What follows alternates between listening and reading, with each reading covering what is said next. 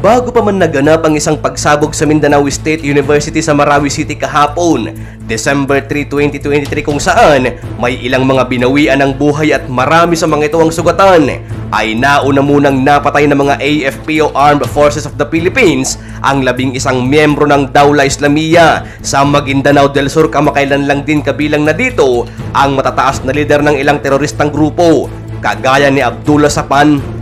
Napatay din ng mga militar ang Abu Sayyaf leader na si Mujmar Sawadjan alias Mundi sa Basilan.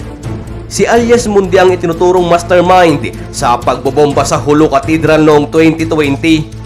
Aminado ang AFP na bagamat humina na ang puwersa ng grupong Maute matapos ang Marawi City Siege noong 2017, ay may kakayahan pa rin ang grupo na umatake.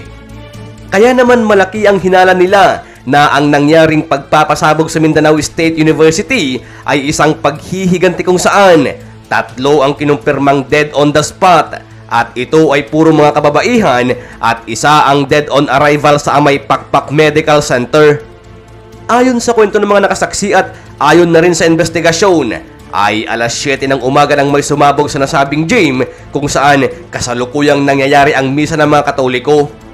Ayon kay Lanao del Sur Mamindal Alunto ay nasabi nito na ang sumabog ay pinaniniwala ang IED o Improvised Explosive Device.